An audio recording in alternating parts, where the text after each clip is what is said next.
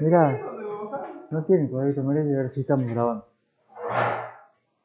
Pero es porque no está seleccionado atrás. Es como de esa turbina, no puedo entrar. Bueno, profe. Mira. Ahí no. Tiene razón Tuquín. Bien Tuquín. ¿Cuál es la buena noticia? Que si usted está con el pizarrón y le deja la pantalla en el pizarrón, no me da cuenta porque tiene el recuadro. Puede ser, está bien. Hay que hacer el experimento, ponga el pizarrón a ver.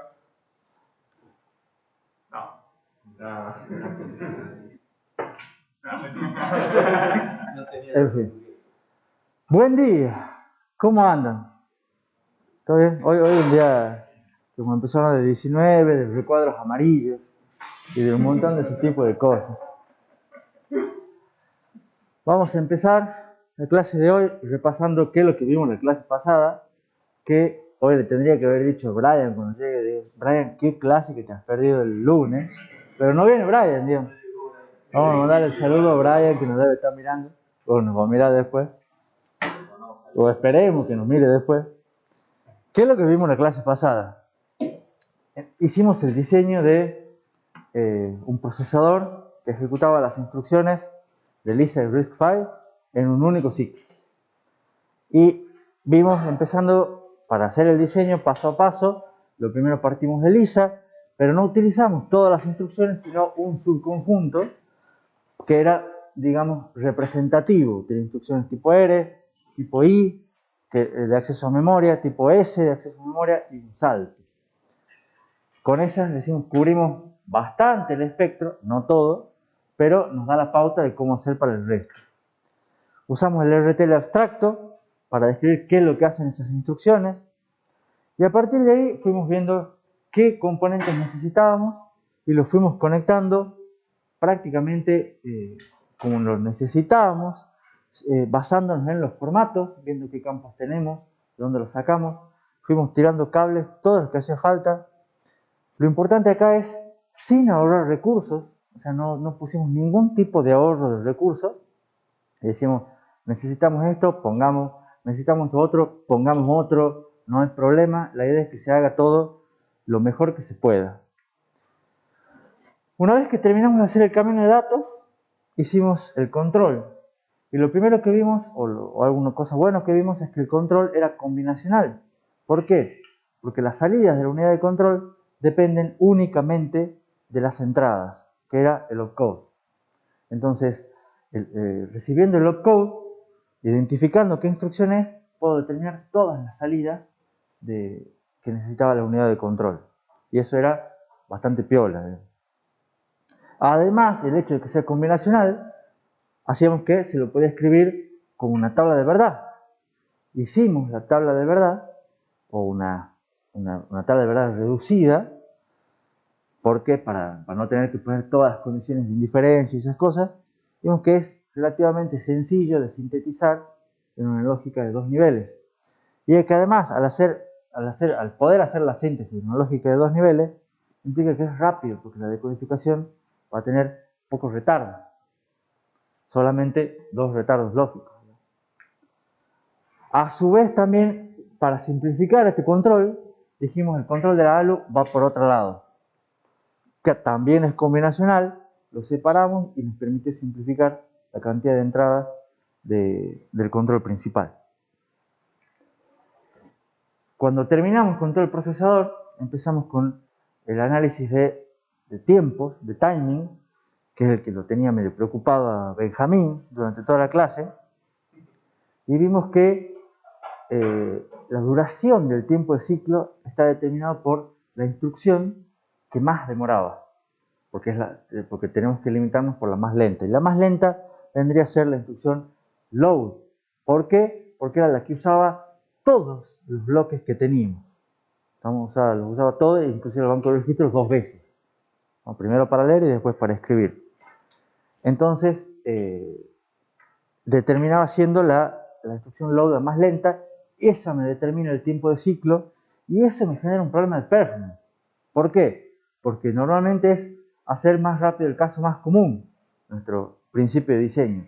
¿Y qué es lo que estamos haciendo? Estamos haciendo al revés. Estamos diciendo que la más lenta me determine el tiempo de ciclo de todas.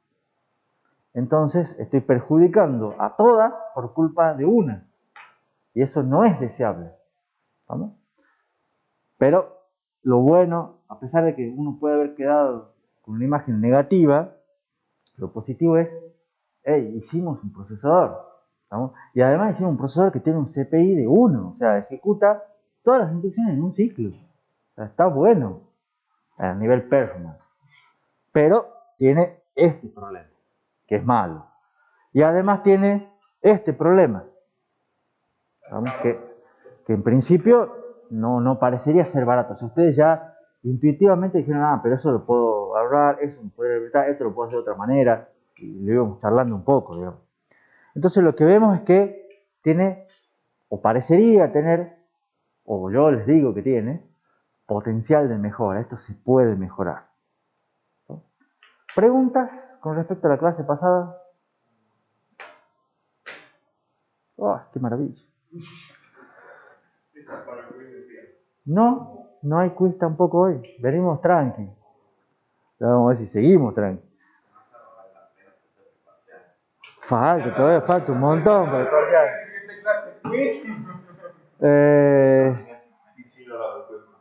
Sí. No, yo creo que antes del parcial de 1 o 2 más, pero no sé cuándo. Estamos dando ideas. Hoy empezamos. Ya está haciendo las cuentas y la especulación. Por eso, uno más antes del parcial tiene que haber seguro.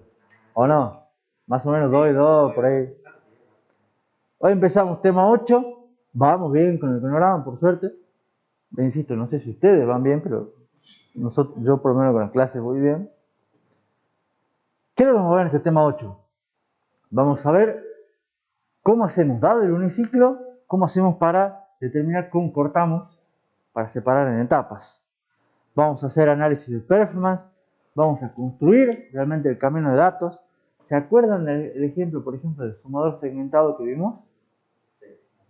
Bueno, si no se acuerdan, ahora se van a acordar. Vamos, y de vuelta, fíjense, es parecido. Hacemos primero el camino de datos y después vemos las señales de control. Con eso, cuando terminemos todo lo que es el diseño del procesador en pipeline, vamos a ver los problemas que tiene el pipeline. Que son problemas que no les conté en general mucho yo, y vamos a ver cómo se solucionan en parte esos problemas en el procesador. Todo esto está en el libro. En general, ahora de vuelta seguimos viendo el capítulo 4. Hemos visto un poquito algunas secciones en el tema anterior. Vamos a ver otras secciones ahora y vamos a ver otras secciones del capítulo 4 en el tema que viene. Todo el capítulo 4 del libro, esto lo partimos en 3, por lo menos. Espero, ¿van leyendo el libro? ¿Alguno? Ya no. ¿Lo abandonaron el libro? Bruno por lo menos dice más o menos. Algunos otros dicen a veces. Bueno, recomendación, ya sé que ya es repetitivo y es quizá en vano, pero traten de leerlo. Está bueno, está bastante explicado. Claro, además me da ideas para el parcial. Bueno, pipeline, vamos a tratar de ver en este tema, vamos a tratar de hacer un proceso en pipeline, entonces va un pequeño repaso. ¿Cuál era la idea del pipelining? Era tener etapas que sean secuencialmente dependientes entre sí, pero las tareas tienen que ser independientes. O sea, yo tengo que hacer una etapa independiente de lo que sea la siguiente. Va una primero y la otra después, pero son tareas que realiza cada una que son independientes. ¿Está claro? Entonces por eso las podía separar. ¿Cómo las separaba? Usando buffers intermedios. Por eso, ahí es donde yo les hago, recuerden si tienen a mano los dispositivos del tema del pipelining, el ejemplo del sumador. ¿Cuál era el objetivo? ¿Qué es lo que se busca hacer cuando uno diseña un pipeline? Busca hacerlo ideal. ¿Por qué? Porque el ideal no solamente me simplifica los cálculos, sino que es un buen objetivo, son da los mejores resultados. ¿Cómo hacía un pipeline ideal? Hacía que todas las etapas tengan la misma duración y hacía que todas las tareas pasen por todas las etapas. ¿Se acuerdan? Y además tenía una característica más, que no la puse porque no es característica de diseño, que es que tener una gran cantidad de tareas para estar trabajando en estado de régimen. Pero eso ya no depende del pipeline, digamos. Entonces, cuando yo cumplía el pipeline ideal, yo podía hacer que la aceleración era igual a la cantidad de etapas, siempre y cuando trabajemos en estado de régimen. ¿Se acuerdan algo de esto? Parece ya hace bastante hemos visto, ¿no? ¿Cómo? Me acuerdo que tendría, pero que no es exactamente eso. Ah, bueno, sí, por el n igual a infinito. Cuando n tiende a infinito, la aceleración tiende a n. Sí. Yo simplifico con el igual. Otro repaso. Este es el camino de datos que vimos. ¿Estamos? Por las dudas, para ir rápido, PC, el PC da su valor a la memoria de instrucciones. Una vez que después del retardo de la memoria de instrucciones, tenemos la instrucción a la salida, entonces directamente voy separando por cables y va un poquito el opcode al control, los registros que voy a leer, el registro eventualmente que voy a escribir, la constante para acá, del banco de registros se leen, por supuesto en paralelo va ya el PC que se va sumando con 4, se leen los registros acá, la ALU hace la operación que tiene que hacer, eligiendo el segundo operando si viene de la constante o si viene del banco de registros, la ALU genera su resultado, si es una instrucción de acceso a memoria, accede a memoria, si no, viene por acá el resultado de la ALU, y si tengo que escribir en el banco de registro, viene por acá y se escribe en el banco de registro. Si es un salto, se compara, el PC se suma con la constante ahí y se elige en este multiplexor que si es un salto y el salto es igual, entonces se activa esta señal y me escribe el PC con el valor que sale de acá. ¿Se acuerdan todos? Bueno, este es el repaso para que lo tengan más o menos en la cabeza. Vamos a ir viendo por supuesto por partes, pero es importante que más o menos se lo acuerde. Ahora, si dijimos que el problema de ese anterior era que tenía la instrucción, el problema era que el tiempo de ciclo estaba determinado por la instrucción más larga. La instrucción más larga resulta ser load. Entonces, cuando analizamos el timing del load, vemos que tenemos la siguiente secuencia, que es más o menos lo que acabo de decir yo. Primero, buscamos la instrucción en la memoria de instrucción. Después, una vez que tenemos la instrucción, se decodifica la instrucción y se leen los operandos en el banco de registros. ¿Estamos? Luego, cuando ya tengo los registros leídos, se ejecuta lo que se tiene que hacer en la ALU o se hace el cálculo de la dirección, ya sea de memoria o de salto, no importa, eso se hace después. Luego, si tengo que hacer un acceso a memoria, como es en el caso del load, hago el acceso a memoria y finalmente escribo el resultado en el banco del registro. ¿Está claro para todos esa secuencia más o menos de los 5 pasos? Si volvemos acá, este dígito es un paso acá, el segundo paso acá, el tercer paso acá, fíjense que están el lado de los sumadores a propósito puesto así, el cuarto paso acá y el quinto paso de vuelta en el banco, porque es la escritura. ¿Vamos? Ahora, supongamos que si yo divido en estos 5 pasos, ¿qué pasos, cuáles son los pasos que usan las demás instrucciones? Todo. Había algunos que no. La tipo R, por ejemplo. ¿Cuál es la diferencia? No va a tener acceso a memoria. No tienen el acceso a memoria, pero los otros 4 lo tienen igual. El store no tiene esto, no tiene el 5, pero los otros 4 son iguales. El salto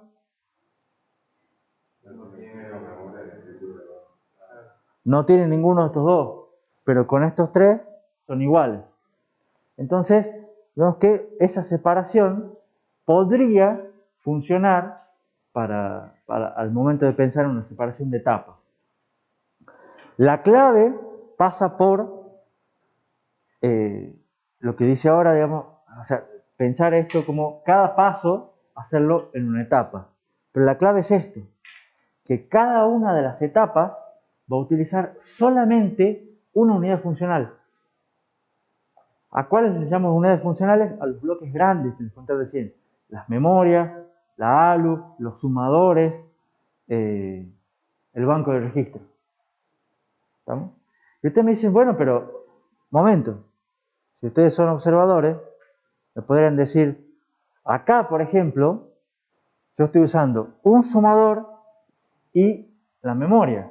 Estoy utilizando dos cosas, pero las estoy utilizando totalmente en paralelo, porque no tiene nada que ver esto con esto, simplemente que reciben el mismo dato.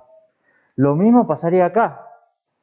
Yo no estoy utilizando solamente la ALU, estaría utilizando la ALU y un sumador, pero lo estoy haciendo totalmente en paralelo, entonces el retardo que tengo es de uno de ellos. No es lo mismo si yo dijera banco de registro y ALU, porque acá la ALU opera con los resultados del banco de registro. ¿Se entiende? Entonces ahí corto y hago que cada uno tenga una unidad funcional. Este sumador no opera con los resultados del banco de registro. ¿Se entiende? ¿Seguros? Entonces la clave está en lo que dije ahí. Cada etapa, que es cada uno de sus pasos, utiliza solamente una unidad funcional. Y a su vez, fíjense, cada unidad funcional es utilizada una única vez por cada instrucción. ¿No? La única excepción es el banco de registro. Pero el banco de registro se utiliza primero para lectura y después para escritura. Pero, o sea, una vez que se lee, el banco de registro no se vuelve a leer en ningún otro momento. ¿No? Una vez que hago una operación en la ALU, no se vuelve a hacer una operación en la ALU en ningún otro momento. ¿Está claro? Una vez que escribo en el banco de registro, no escribo ni antes ni después. Lo utilizo para escritura una sola vez. ¿Me siguen? De esta manera, quedan, al tener solamente una unidad funcional cada etapa, quedan bastante balanceadas, bastante parejitos. Ya podemos ver un ejemplo numérico. Lo importante es que ahora, en un pipeline, nosotros decimos que cuando separamos, digamos, ya tengo cada etapa, me va a tratar de demorar un ciclo. ¿Vamos? Ahora, sí. Que tenían la misma duración. O sea, que en principio tenían una duración la misma o casi igual. ¿No? Porque la idea, ¿te acuerdas que era que no tengas una que demore mucho más que las otras? ¿Por qué? Porque si había una que demoraba mucho más, Empeoraba el resto. esa era el cuello de botella y empeoraba el resto. Entonces acá la idea es que ustedes sean todas más o menos parejitas. Ahora, cada etapa la vamos a intentar hacer de cada etapa que dure un ciclo. ¿Estamos? Entonces, ¿qué es lo que me va a determinar la duración de ese ciclo? Va a estar determinado por la duración de la etapa más larga. Yo quiero que cada etapa me dure un ciclo, entonces tengo que ver cuál será la etapa que más dure, más demore, y esa etapa que más demora, esa me va a determinar la duración de mi ciclo. ¿Se entiende? ¿Seguros? Ahora, la observación que les hice acá es que el banco de registro se lee en la etapa 2 y se escribe en la etapa 5. Entonces ustedes me dicen, me estás mintiendo porque hay una unidad funcional que se usa en dos etapas. Pero de vuelta, son puertos totalmente independientes y con funciones totalmente independientes. Una se lee y la otra se escribe. Entonces, por eso los considero totalmente independientes, a pesar de ser el mismo registro. ¿Estamos? Eso es por cómo diseñamos nosotros nuestro banco de registro, con dos puertos de lectura y un puerto aparte de escritura. ¿Vamos bien hasta acá? Buenísimo. Ahora, pequeñas observaciones. La separación anterior que hicimos dice ahí que es gracias a que el LISA de RISC-V fue diseñado pensando en pipelining. Y ustedes dicen, ¿pero por qué? Por ejemplo, las instrucciones realmente pueden ser buscadas en memoria en un solo ciclo. O sea, fíjense que tenemos un ciclo para hacer la búsqueda de instrucciones, el fetch. Y yo hago solamente el fetch en un ciclo. Entonces, que yo pueda hacer el fetch en un ciclo es parte del diseño de LISA. Recuerden, por ejemplo, el LISA de X86 que tenía instrucciones con opcode variables, entonces no pueden hacer el fetch en un solo ciclo. ¿Se acuerdan? Después también, las instrucciones pueden ser decodificadas en un solo ciclo. Ahora estamos decodificando en el segundo paso, en la segunda etapa, donde está junto con el banco de registro la decodificación, porque es después de que recibo la instrucción de la memoria de instrucciones, pero podemos hacer la decodificación en un solo ciclo. ¿Por qué? Porque por lo menos antes teníamos una decodificación simple que era combinacional, que se podía hacer en lógica de 2 niveles, entonces con bajo retardo, las salidas dependían solamente de las entradas, ¿de acuerdo? Entonces, en principio, todo eso hace que sea una decodificación que se pueda ejecutar en un solo ciclo. Tenemos un ISA Load Store que tiene un único modo de direccionamiento. O sea, solamente 2 instrucciones acceden a memoria. Y además tienen un único modo de direccionamiento que es indexado. Entonces yo puedo hacer el cálculo de la dirección en una sola etapa y acceder a memoria en una etapa posterior. Eso es una característica de LISA. ¿Vamos? Entonces, fíjense cómo hemos elegido esta característica de LISA, podemos hacer la separación que les conté recién. ¿Se entiende? Otros ISA no van a tener esta característica, van a tener otro tipo de pipeline.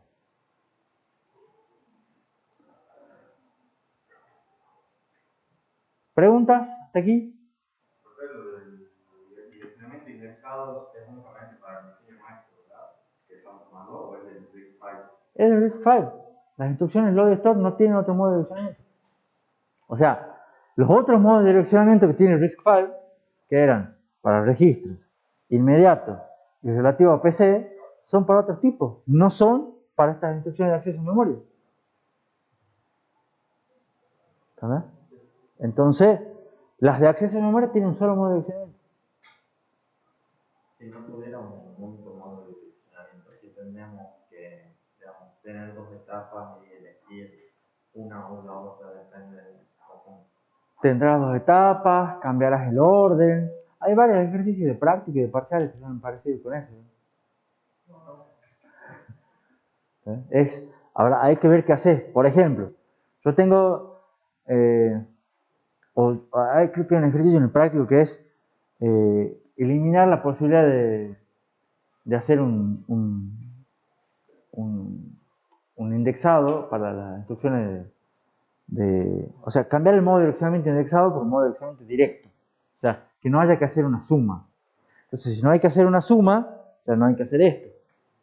Entonces, te podés eliminar una etapa, por ejemplo. Las podés unificar quizás a estas dos. Las que se van a hacer en etapa 3 y etapa 4 las podés hacer una sola, porque son dos cosas distintas. O las podrás dar vuelta. Y de esa manera vos podés hacer que primero accedo a memoria y después hago la ALU, podés hacer instrucciones tipo R que tengan un operando en memoria. Y así, vas jugando. ¿Se entiende lo que estoy diciendo como ejemplo? Ahora, unas pequeñas, en realidad son varias, comparaciones de performance. Supongamos los retardos, que son los mismos que les conté yo la clase pasada. La memoria, la ALU, los sumadores, todos demoran 200 picosegundos. El banco de registro demoraba 100 picosegundos porque es un poco más chico, y todo lo demás es despreciable, que es una suposición. ¿Cuánto demoraba el load en el uniciclo? 800 picosegundos, ¿se acuerdan? A pesar de que esté ahí, digamos. Y eso me determinaba la duración del tiempo de ciclo. ¿Cuánto me va a durar el tiempo de ciclo en el procesador en pipeline? ¿Y cuánto va a ser? ¿Cuánto? 200. ¿Está claro para todos? Porque fíjense que todo esto en general lo uso 1 por etapa. Entonces, la etapa más larga va a ser o la primera, o la tercera, o la cuarta, no importa, van a ser todas de 200. La segunda va a demorar 100 y la quinta va a demorar 100, en principio. Porque son las que usan el banco de registro. Entonces yo tengo mi tiempo del uniciclo, tengo mi tiempo de pipeline. Supongamos que tenemos 3 instrucciones load seguidas. O sea, tengo una instrucción load, load y load. ¿Cuánto demora para ejecutarse el uniciclo? 1200. Hay uno que matemática no es lo suyo. En el uniciclo. En el uniciclo 2400. ¿Por qué? Porque es simplemente 800 por 3. No hay vuelta que darle. ¿Cuánto demora en pipeline? No hablo de estado de régimen. Tengo 3 loads. 1200 dice Bardín. ¿Coinciden con Bardín? A ver, ¿por qué Bardín 1200? Uno tarda 800 y después la productividad, uno cada ciclo, sería 200 cada uno, entonces sería 800 más 200 más 200. 800 más 200 más 200. ¿Están todos de acuerdo? Sí.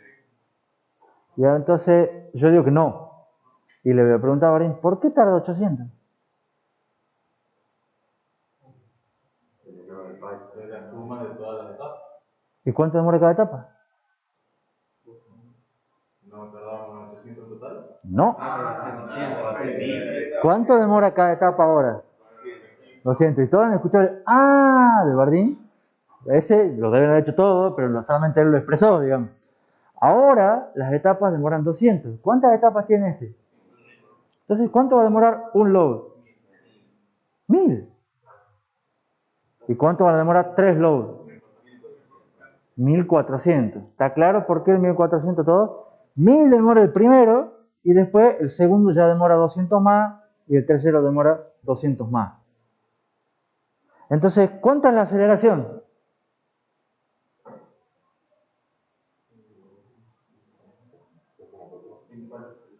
No. ¿Cuánto es el tiempo del uniciclo? 2400. ¿Y cuánto es el otro? 1400. Entonces tiene que ser 2400 sobre 1400. ¿Alguno que tenga el celular a mano? No llega ni a 2. 1, algo. 1, ¿cuánto? 1,71, me dice. Gracias, Fausto. Entonces, la primera observación que hago, digo, che, pero ¿cómo 1,71? ¿No se supone que esto me debería dar una aceleración de 5? A ver, Mateo. Si agregamos más loads, la aceleración. Bien, Mateo. Una trampa, porque hay varias, está en esto, en el 3 loads. Pipelining sabemos que no funciona bien, no es ideal cuando tenemos 3 tareas.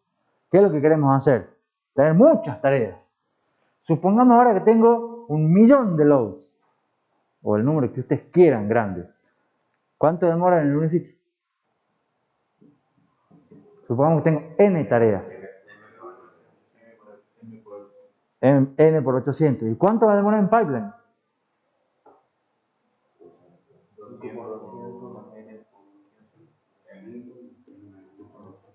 N no duró 200 por N. 200 por n. Porque es muy grande, no importa cuántos tengo, es muy grande, entonces va a demorar una cada 200. Entonces, ¿cuánto va a ser la aceleración? Vamos de vuelta. 800 acá, 800 por n, y acá va a ser 200 por n. Entonces la aceleración va a ser aproximadamente 4. ¿Les queda claro a todos por qué el 200? ¿Seguro? ¿Por qué no hay que hacer cálculos raros?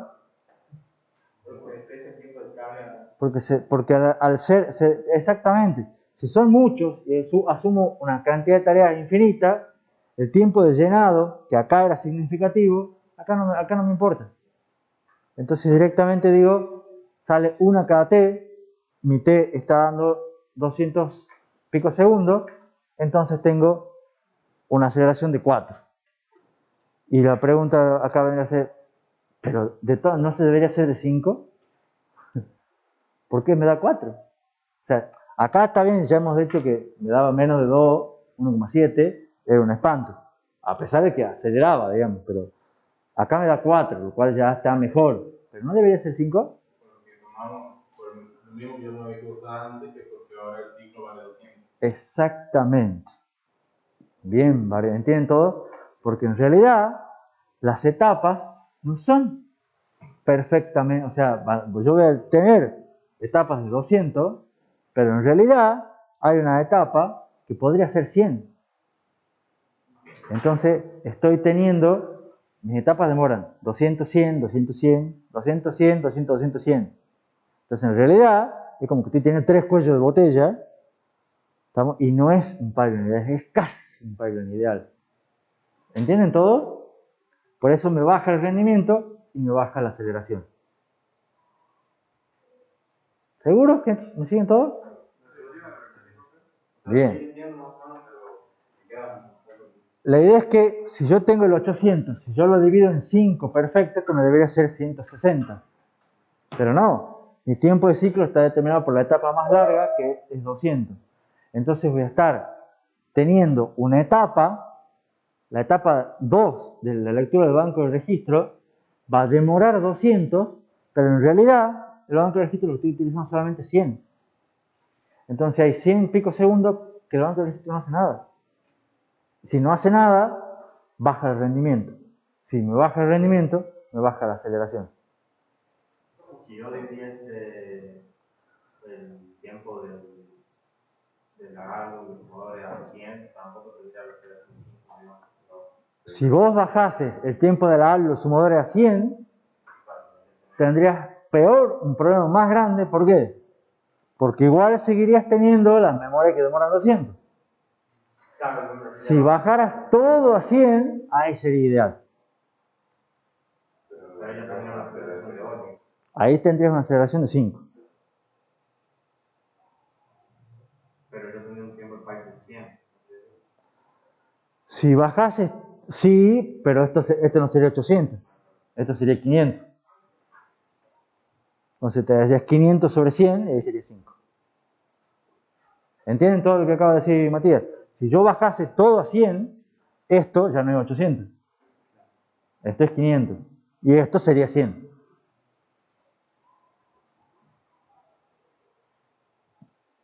¿Alguna otra pregunta? Entonces, ¿qué podemos ver? ¿Qué conclusiones podemos sacar? Primera conclusión. Cuando estamos en estado de régimen, hacemos que salga una instrucción en cada ciclo. Lo cual eso es la productividad normal que vemos en un pipeline. En estado de régimen, en un pipeline ideal o casi, sale una instrucción en cada T. Eso implica que si tenemos una instrucción en cada ciclo, cada instrucción se ejecuta en un ciclo, o sea, tenemos los ciclos promedio por instrucción, es 1. Entonces, seguimos teniendo un CPI igual a 1 en el procesador en pipeline. Pero la diferencia es que tenemos ahora el tiempo de ciclo es más corto. Entonces ahora el problema que teníamos en el ciclo único ya no lo tenemos. Ahora tenemos el CPI igual a 1 y tenemos un tiempo de ciclo corto. Hasta ahora es un win-win situation. Oh, el precio. Ya voy a ver cuánto te cuesta, digamos. Pero van viendo que la ventaja hasta acá parece obvia y parece grande además. Sin embargo, la aceleración no es igual a la cantidad de etapas. Y eso es una observación que vimos recién. Y además, ojo, la latencia aumentó.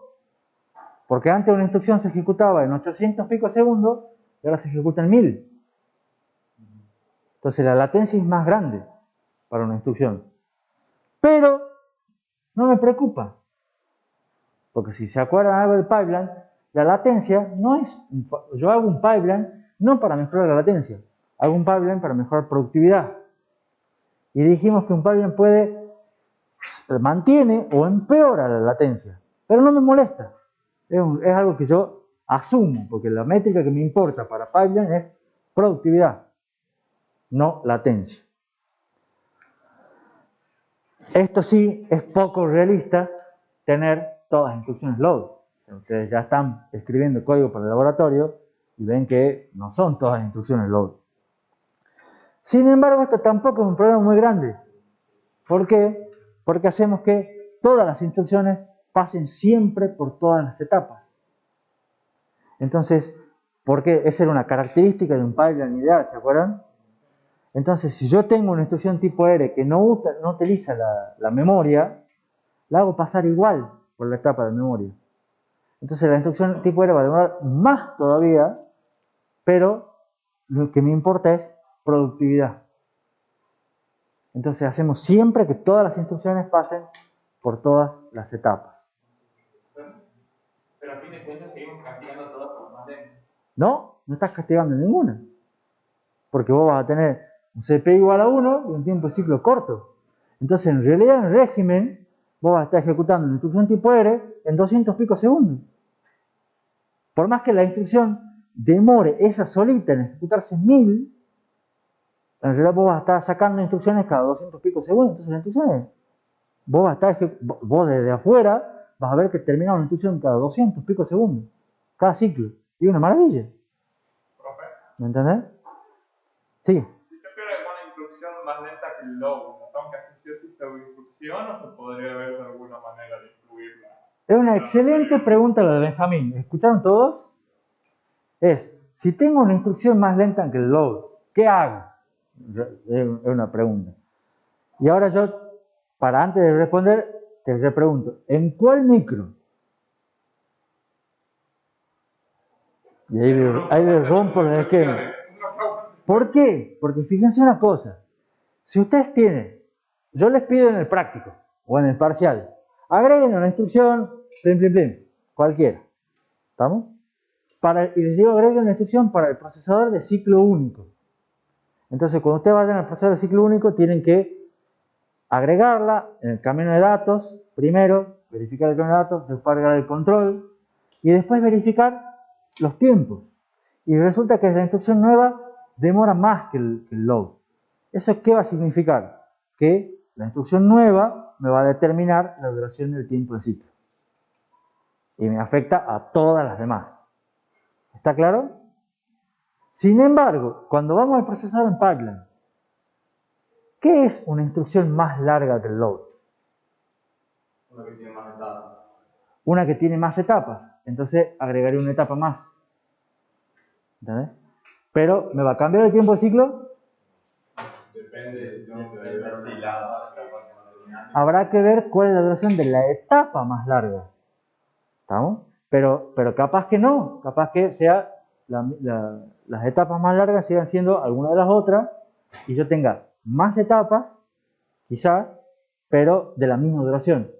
Si tengo más etapas de la misma duración, ¿me afecta la productividad? No, sigo sacando una cada T. ¿Lo ven? Profe, ¿cómo sé que hacer eso es más efectivo que hacer una pseudo-instrucción? No sabes. En realidad no tenés certeza. ¿Qué es lo que tenés que hacer? Medir. Tenés que agarrar un programa, un benchmark, ver cuántas instrucciones de cada tipo tenés y ver si te conviene hacer una serie de instrucción o hacer una etapa más o alguna otra cosa más. Ya me imagino el parcial. Usted que haga una instrucción acá está en Benchmark con los datos. Exactamente. ¿Qué más rentable? La forma real es medir, es comparar. ¿Vale la pena o no? Tengo dos alternativas. Bueno, tenés que medir. No hay una respuesta teórica, hay una respuesta que dice cuantitativa, porque estamos hablando de performance, y energía y costo. Que la dejemos de lado a la energía y el costo por el momento, nos concentremos solamente en performance, pero en realidad son las 3 P. ¿Profe? Sí, Si se agrega una instrucción que tiene más etapas, sí. también me afectaría la latencia de todas, ¿verdad? La latencia de todas te va a afectar. pero ¿te va a importar?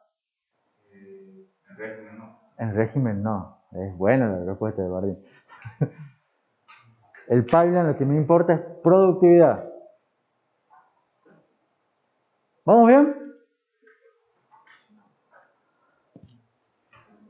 Ahora, ¿cómo hacemos el camino de datos? Lo bueno, por un lado, es que ya tenemos una idea base, que es nuestro camino de datos uniciclo. ¿No?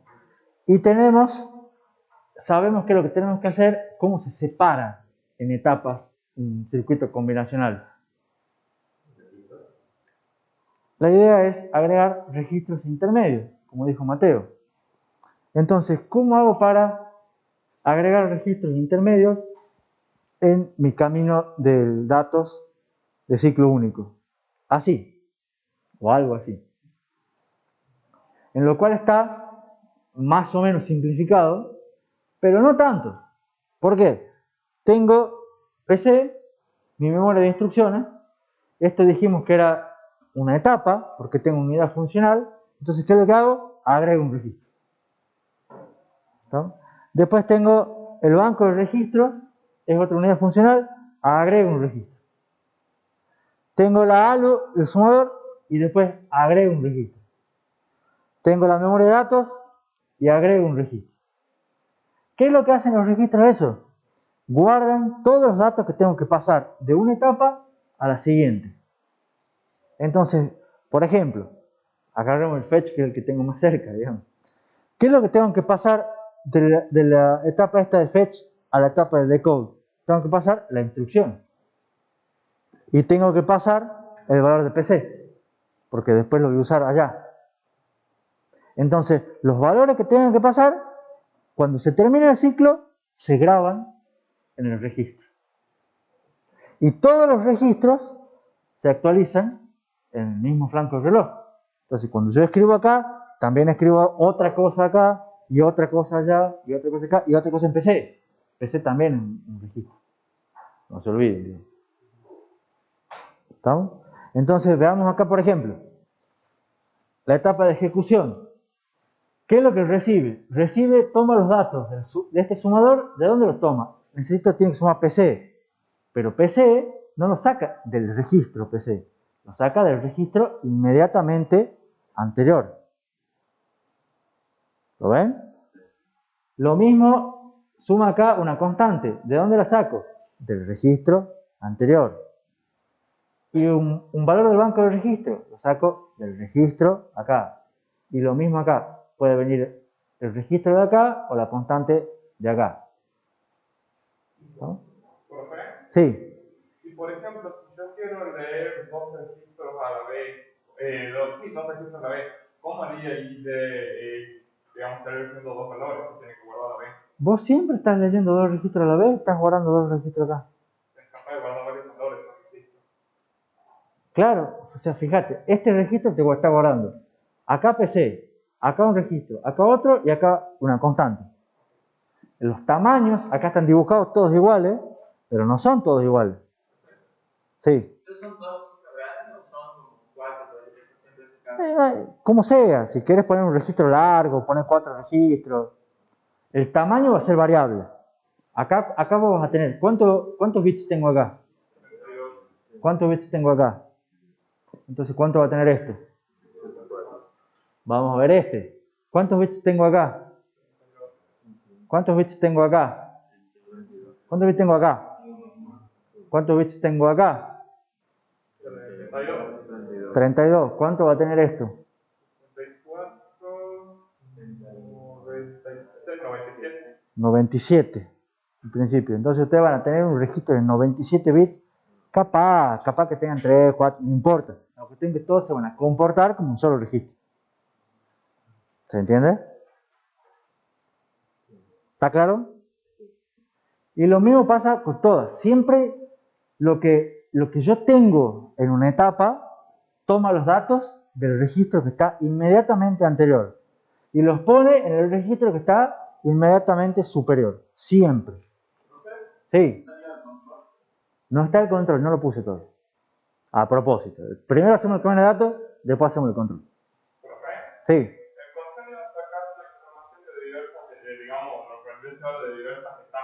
puede llegar a darse que el trabajo del control sea más lento que el tiempo de etapa. Que el trabajo del control, me parece que la respuesta tuya creo que podría ser. Pero ya vamos a ver cómo hacemos el control. Por ahora estamos viendo cómo separa el camino de datos. Sí. Podría ser causa de algún problema de que alguna etapa necesita un dato que todavía no llegue. Sí. En realidad, sí pueden pasar ese problema y otros problemas más que te los voy a contar después que terminamos el camino de datos. Pero sí, en realidad fíjate que como está acá, todos los datos que necesita esta etapa los tiene en el registro. Todos los datos que necesita esta etapa los tiene en el registro. Todos los datos que necesita esta etapa los tiene en el registro. Y vos te tenés que asegurar siempre que todos los datos estén en el registro. Ahora, este es nuestro primer acercamiento. Vamos a ver que, tal como dice Tuquina, esto se va a empezar a complicar. Y puede ser que los cables empiecen a moverse de alguna otra manera un poco más rara. Pero fíjense que en principio, siempre los tomo acá. Un dato particular acá es, el dato escribir, que es este, viene de acá. ¿No? Pero fíjense que esta tendría que ser mi etapa 5, que está usando el banco de registro, pero el puerto de escritura. ¿No? Por eso esta es la única línea, esta y esta, son las únicas líneas que van para allá. Para atrás, todas las demás líneas vienen en este mismo sentido de propagación. La de escritura del banco de registro y la de escritura del PC son las únicas que van a otro lado porque simplemente la de PC es una cuestión de que este es el primer registro, digamos, y bueno, hay que volver, y el puerto de escritura es independiente, entonces lo hago volver para no tener que duplicar el dibujo del banco. Sí, de a uno. Ese cable de ahí no tendría que pasar al otro registro para que todo demore. ¿Cuál cable de ahí? Digamos, cuando la ¿Este? se suma, tendría que pasar por la otra etapa, o sea, Sí. este de ahí, para el otro registro, porque si no, estamos como teniendo tren de duración. ¿Entienden todo lo que pregunta Agustín? Dice, este no debería pasar para acá, para que este después vuelva a PC. Sí y no. En realidad lo puedes sacar de acá nomás, no hay problema. ¿Estamos? Pero el problema es otro, que vos no lo has visto todavía, ya te lo voy a contar después. Esto sí es un problema. Ahí tenemos una intuición bien, pero no es ese el problema. Sí. Yo creo que sé cuál es el problema. Puede ser que en etapa 4 esté saliendo un dato y justo yo también esté ingresando otro al PC, o sea, porque son etapas distintas y estoy haciendo un byte, puedo tener dos valores que quieran ingresar al PC a la vez. Por ahí más o menos va, digamos, pero tampoco es eso, digamos, pero también tiene algo de intuición Benjamín. Va queriendo. Imagínate que justo querés mandar una por ahí del PC que la sumó el 4 y querés tener dos datos multiplexados, no tienen a ver. A la larga, El PC es otro registro, no cuenta el tiempo de escritura del PC como. el PC es un registro, igual que estos, digamos. ¿Estamos? El tema está, lo que plantea Benjamín es, el PC acá me elige dos valores. Uno de dos valores, ¿estamos de acuerdo? El PC acá me elige uno de dos valores y en principio está. Uno de ellos lo tengo ya acá disponible inmediatamente y el otro recién lo tengo disponible acá. Y bueno, el problema no sería lo que venimos viendo también en casos anteriores, cuando hacemos cálculo de actitud, que justo nos da que nos instrucciones un cálculo, ya tenemos todo el texto anterior, las instrucciones que tiran dos antes. Por ahí va, exactamente, Matías dice, por ahí va. Porque a propósito no está la señal de control, pero la señal de control, ¿dónde? O sea, yo lo voy a decodificar, supongamos, acá. Pero de acá la paso para acá, de acá la paso para acá. No sabemos todavía cómo se elige el dato en ese multiplexor. Pero voy a tener, una de las opciones está disponible varios ciclos después. ¿Qué tendría que hacer? Puede ser que esté en el cuarto y no en el quinto, porque si lo pongo en el quinto, está descartando una parte de una instrucción, más si lo pongo en el quinto y si lo pongo en el cuarto pierdo uno menos. Puede ser, sí, que es más o menos lo que dijo Matías. ¿Sí? O sea, pero tiene que ver con eso, tiene que ver con esto es para los saltos. Los saltos son complicados. ¿Estamos? Entonces, después vamos a ver que esto es un problema y ya vamos a ver cómo lo podemos solucionar y mejorar. Sí. Ahí al ser la quinta etapa igual a la segunda, por así decirlo, que Sí. el mismo registro, Sí. no, para hacer el Python como que van ingresando todas las cosas seguidas, no podría generarlo que justo tenga que leer en un registro y después guardar en un registro al mismo tiempo a utilizar esa misma etapa. Es una buena pregunta también. Y pasan dos cosas. Por suerte, el banco de registro, los puertos son independientes. Entonces vos podés estar leyendo y escribiendo en el mismo registro porque vos lo podés hacer. O sea, fíjate que cuando tenías el uniciclo lo hacías. ¿Entendés? Vos podés tener un load, sí, o una instrucción R1, una instrucción de add que sea T0, T0, T0. ¿Entendés? Que te saque T0 por acá, te sume y te guarde todo en T0. Y vos lo estabas leyendo y escribiendo en el mismo ciclo. ¿Estamos? Ahora también lo vas a poder hacer. Profe, o sea que puede recibir, o sea, el cable tiene más de un cable de control del registro para poder, el banco para poder recibir escritura y lectura a la vez. Tiene estas tres entradas de selección y una sola de escritura. No, el mismo banco. El mismo, en principio parece ser el mismo banco de registro que antes. Están buenas las preguntas. Pero en Python, por ejemplo, ingresaría primero la instrucción, tendríamos la dirección donde guardaríamos el registro, Sí. en el caso de ese material. Pero al pasar la siguiente instrucción, antes de que llegue a la memoria para ver dónde quiero guardar, en el registro volveríamos a tener la instrucción que sigue, podríamos tener otro valor del registro Sí. que estemos guardando. Muy bien, Tuquino, muy bien. Un aplauso para Tuquino. Me intenté poner 5 de positivo para adelante, digamos. Pero sí, es un problema lo que está diciendo. ¿Entendieron lo que dijo Tuquino? No, Bien. Tuquino dijo, yo acá tengo una instrucción, a ver, repaso a ver si yo entendí bien lo que dijo Tuquino. Yo acá tengo una instrucción que me escribe en un registro, T0. ¿Estamos? Pero a medida que la voy propagando, cuando llegue acá realmente a escribir en T0, capaz que tengo otra instrucción que me está escribiendo en otro registro. ¿Se entiende? Porque el dato que yo escribo, ¿de dónde sale acá? De este registro. Pero en realidad, yo lo voy a escribir acá. Y eso es un problema. Pero ya vamos a llegar.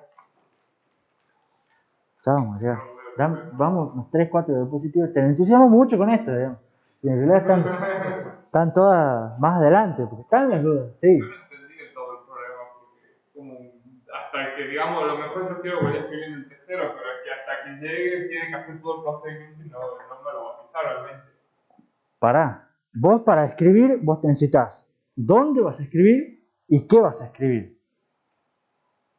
¿Estamos de acuerdo? O sea, voy a escribir tal número en tal registro. ¿Vamos?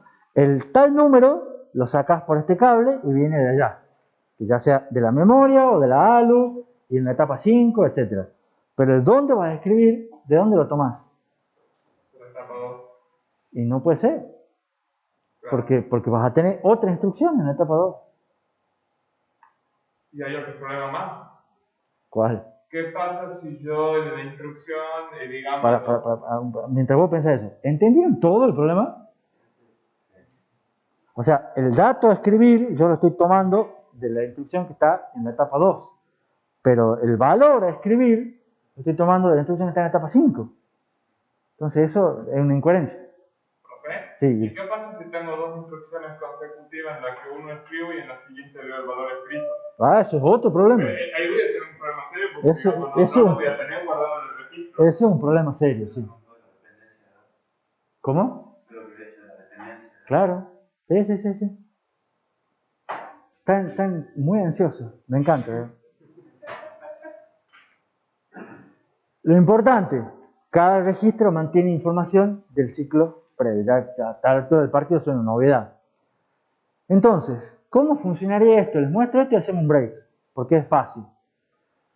Entonces, primera etapa, supongamos un load, hago el fetch, PC, le entrega su valor al sumador, le entrega su valor a la memoria se lee y graba los datos en este registro. Estamos. En el ciclo siguiente, el load pasa a la etapa 2. En la etapa 2 se va a decodificar, supongamos, se van a leer los datos del banco de registro, se va a generar la constante necesaria y se guardan los datos correspondientes en el registro de segmentación. Ciclo siguiente, el load pasa a la etapa 3. La etapa 3 se selecciona lo que se tiene que seleccionar en el multiplexor, se suma lo que se tiene que sumar, que es la dirección de acceso a memoria, y se guarda lo que se tenga que guardar en el registro de segmentación. Sí. Y no se usa para el load. Para el load no se usa. En la etapa 4, el load, el cuarto ciclo, pasa a la etapa de memoria, toma la dirección del registro, se lee la memoria y se escribe el resultado del dato leído en el registro de segmentación. Siempre, fíjense, vamos del registro al registro. Y en la etapa 5 se lee el registro de segmentación y se va a escribir en el banco del registro. Y acá es donde pasa el error que hablábamos recién. ¿No? ¿Por qué? Porque el dato que yo voy a escribir viene efectivamente de la etapa 5, pero el lugar donde yo voy a escribir viene de la etapa 2. Ya acá tengo otra instrucción que no sé cuál es, que no sé qué está haciendo, no sé qué valor tengo. Entonces esto está mal. ¿Cómo se soluciona eso? 4 registros ahí o lo que dura, digamos, las etapas. Esa es la etapa. No, mucho más fácil. Lo propagás al dato leído, porque ya los registros, digamos, los agrandás a esto. ¿Me explico? El valor a escribir se pasa por acá. ¿Dónde está? Sí, es esta línea. Acá está, esta línea. Se pasa por acá y lo guardás en un registro, porque no lo vas a utilizar. Y lo pasás para acá, y lo pasás para acá, lo vas llevando, lo vas propagando, y en la etapa 5 lo volvés a traer y lo pones aquí. Perfecto, pero eso no soluciona el problema de que yo tengo que tener 2 instrucciones seguidas en la que uno escribe y No, la siguiente leo. no soluciona ese problema. Ese es otro problema. Pero te soluciona, fíjense, te va solucionando una cosita que es el tema de digamos, todas las señales tienen que estar sincronizadas, que se tiene que estar haciendo todo en el mismo momento. ¿Estamos? Entonces, como a esta señal la generamos en la etapa 2, pero lo usamos en la etapa 5, ¿se entiende? ¿Qué es lo que tengo que hacer? Propagar. Entonces, ¿cómo lo propago? Agrando un poquito más los registros intermedios, que vendrían a ser este y la voy arrastrando. La voy propagando por el pipe hasta que se consume en alguna etapa. Se usa en alguna etapa. ¿Se entiende? Han quedado un montón de problemas y de observaciones pendientes. ¿Estamos? Que son spoilers que los vamos a sacar todas las dudas. Hemos solucionado el registro propio, pero cuando yo venga a la etapa 5 con los dos datos, la instrucción que entre no tiene que usar el write, digamos, porque no es cuando está pasando. Por eso, cuando el load está en la etapa 5 y está escribiendo, va a usar sus datos y va a haber otra instrucción que va a estar leyendo. Y no hay problema, porque los puertos de lectura y los puertos de escritura son independientes. Yo me refiero a si la instrucción justo que está entrando Sí. es un write, usa el write register, y de acá estoy trayendo el write register y el write data. Por eso, pero el write register de la instrucción que está usándose acá, no se va a usar acá. Entonces vos lo vas a pasar por acá el cable y lo vas a guardar acá. El que vas a usar no es el que viene, porque siempre viene, digamos. O sea, vos vas a tener una instrucción de 32 bits y siempre vas a tener un write register, aunque no tenga un write register. ¿Entendés? O sea, siempre va a haber, porque los formatos de la instrucción vos vas a tener 32 bits y vos vas a tener 5 bits acá y le vas a estar dando siempre 5 bits con algún valor. Pero capaz que es un valor de constante, capaz que no te importa. ¿Entendés? Pero, de todas maneras, siempre va a tener algún valor. Pero ese valor simplemente lo propagás y después ves si lo usas o no. Entonces, la idea clave es, los datos se usan en cada etapa. Si se generan en una etapa y se usan en otra etapa siguiente, se propagan, como hicimos con el PC. Fíjense que el mismo truco lo que hemos hecho con el PC. El PC lo genero acá, ¿estamos? Pero recién lo sumo acá. Entonces, ¿qué es lo que hago? Lo propago. Y fíjense, este cable es un cable que simplemente lo pasa. ¿Estamos? Hasta que se use. ¿Preguntas? El problema que hablaba Benjamín es que yo tenga dos instrucciones, uno escribo en el registro, el otro leo, Sí. yo el valor sin actualizarse sería. Sí. Sí. Porque el viernes. Es el viernes. Sí. El problema, lo que dice Benjamín es, yo leo en la etapa 2, escribo en la etapa 5. Entonces, viene una instrucción acá, supongamos que tengo una instrucción add que escribe en T0 y después otra instrucción add que lee el valor de T0, que escribí la instrucción anterior. ¿Estamos? Entonces, la segunda instrucción va a venir acá y va a tratar de leer el valor de T0. Cuando la segunda instrucción esté acá leyendo el valor de T0, ¿dónde va a estar la primera instrucción que escribe el T0? Va a estar acá, recién está sumando. ¿Estamos? Y cuando esta instrucción hay que esperar que venga para acá, que no haga nada en memoria, venga para acá y acá va a escribir T0. ¿Y dónde va a estar la instrucción que use el valor de T0? Acá. Y ya sumó. ¿Y qué sumó? No sé, cualquier cosa. Entonces ahí hay un problema grave. Pero ese problema lo vamos a ver el viernes. Ahora yo diría que hagamos un break. Ahora hagamos un break y después del break vemos algunos otros detallecitos más.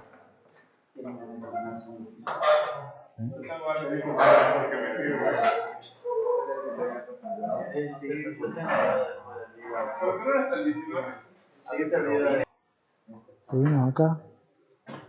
Y me falta el poco. Aquí.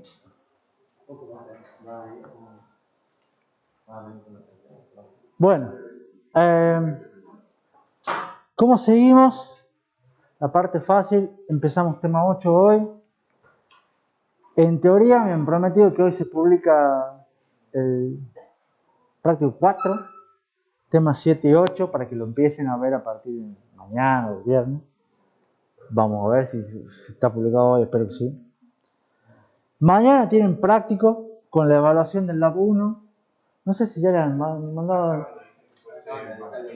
Eso les iba a decir. Estoy discutiendo todo el día de ayer. Para ver cómo lo tomaban. Creo que va a ser por Classroom, de vuelta. Entonces, si alguno quiere rendir de la casa, puede rendir de la casa. Si alguno quiere venir a rendir acá, va a poder rendir acá, no hay ningún problema. ¿Cómo? Parece que no va a haber. Parece que no va a haber clase práctica. Entonces la evaluación va a ser más larga y pueden elegir dónde la quieren hacer. ¿No? Como quieran. El viernes nosotros probablemente terminemos el tema 8, que esté listo para hacer práctico. Y el lunes empezaríamos con tema 9. ¿Alguna pregunta de esto? Bueno, sí. Tema 10. Sí. Estamos cerca. Tengo miedo del contenido que voy a hacer por ciento. Bastante. Y dicen que en realidad es más difícil el segundo, pero bueno. No me sorprendería después de mí, pero... ¿Alguna otra pregunta? El parcial, en teoría, la fecha prevista, si no me equivoco, lo hemos visto al principio, era 12 de mayo. Y 12 de mayo ya son 3 semanitas. Bueno. Ahora, antes de empezar con todos los problemas del Python, con algunas otras consideraciones y con todas las preguntas que me estaba haciendo, que estaban buenísimas las preguntas, algunos ejemplos o formas de cómo visualizar el pipeline. ¿Por qué? Porque no solamente ustedes van a tener que trabajar mucho en la práctica, sino en la teoría también vamos a ver muchos dibujos de esto. Entonces, para que todos entendamos de qué estamos viendo y cuando yo muestro un dibujo y después un dibujo diferente, sepamos más o menos de qué estamos hablando y hablemos todo de lo mismo. De todas maneras no es nada que sea muy difícil, pero es preferible aclararlo de entrada para evitar problemas después. ¿Cómo vamos a visualizar el pipeline? Hay más o menos, hay varias maneras de dibujarlo, yo les voy a mostrar 3 ahora. Una es medio la tradicional, no es exactamente lo que hemos visto nosotros, pero es bastante parecida. Donde tenemos acá lo que son las tareas, que vienen a ser nuestras instrucciones, y acá en este eje horizontal el tiempo. Entonces acá vamos viendo cómo se va propagando una instrucción, va pasando por la etapa 1, etapa 2, etapa 3, etapa 4, etapa 5 y termina. Ahí está el primer ciclo. ¿Cómo? Ahí está el primer ciclo. No, cada uno es un ciclo. Cada cuadrito es un ciclo. Entonces, un ciclo después, por eso el CC, que no sé qué es, clock cycle, un ciclo después entra la instrucción 2 al fetch y se hace la decodificación, ejecución, etapa 4, etapa 5 y termina. ¿Estamos? Entonces, lo podemos ver así y que esto nos va dando cómo se va propagando en tiempo cada una. Fíjense, acá está la latencia, 5 ciclos, y después, a partir de que tenemos ya el pipe lleno, sale una en cada ciclo, termina una en cada ciclo. ¿Está claro eso? Otra cosa importantísima que se ve acá es esto, que si ustedes, que ya lo habíamos mencionado cuando vimos pipelining, si ustedes prestan atención, por ejemplo, ya cuando estamos en régimen, en este ciclo acá tenemos de vuelta etapa 1, etapa 2, etapa 3, etapa 4, etapa 5, ya tenemos las 5 etapas de mi camino de datos, pero podemos ver que en mi camino de datos, en esas 5 etapas, se están ejecutando 5 instrucciones diferentes. Porque hay una instrucción en la etapa 5, otra instrucción en la etapa 4, otra instrucción en la etapa 3, otra en la etapa 2 y otra en la etapa 1. Entonces estoy ejecutando al mismo tiempo, en el mismo ciclo, 5 instrucciones distintas. ¿Estamos? Y ese es el paralelismo, entre comillas. ¿Se acuerdan que habíamos dicho que tiene pipeline? Pipeline no es una técnica de paralelismo, pero tiene una especie de paralelismo temporal. ¿Se acuerdan? Porque en realidad estoy ejecutando un pedacito de esta instrucción y un pedacito de esta otra. ¿Estamos?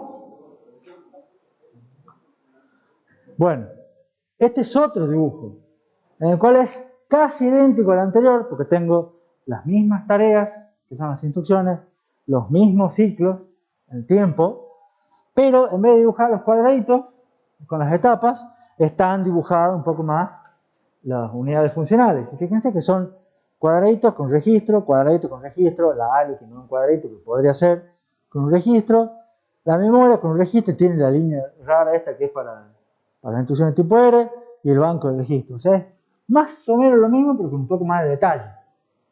¿No? Lo importante acá, los registros siempre están alineados porque todos se escriben, todos los registros al final del ciclo. Falta PC, digamos, pero se asume. ¿Alguna pregunta? Hablar de abajo le falta una línea por dibujo, ¿no? ¿A cuál, perdón? Hablar de abajo, al último abajo. A la ALU de abajo. Ah, sí, le falta ahí una línea. Bien. Bien, Tuquín, está observador. La ALU recibe 2 entradas y acá recibe una sola. O sea, alguien se olvidó una línea en el dibujo. Hay que ver si en el libro está con la línea, ¿no? ¿Cuál registro? Sí, también esta, mirá. Esta también. Sí. Alguien se olvidó esas 2 líneas. Pero sí, son las mismas. El pipeline es el mismo. ¿Estamos? ¿Preguntas? Otra manera de verlo es como esta es una foto. O sea, dado el camino de datos, que es el mismo que vimos recién, ustedes sacan una foto.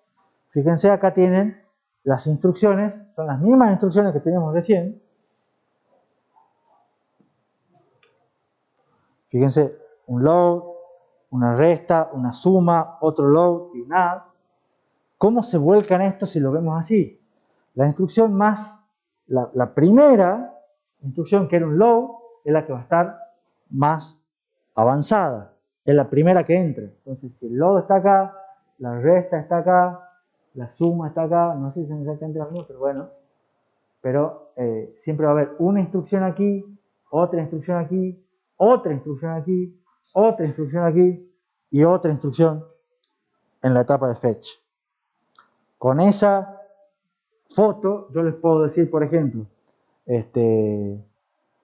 o el análisis, díganme acá, dado estos valores acá, ¿qué instrucción está en la etapa de ejecución?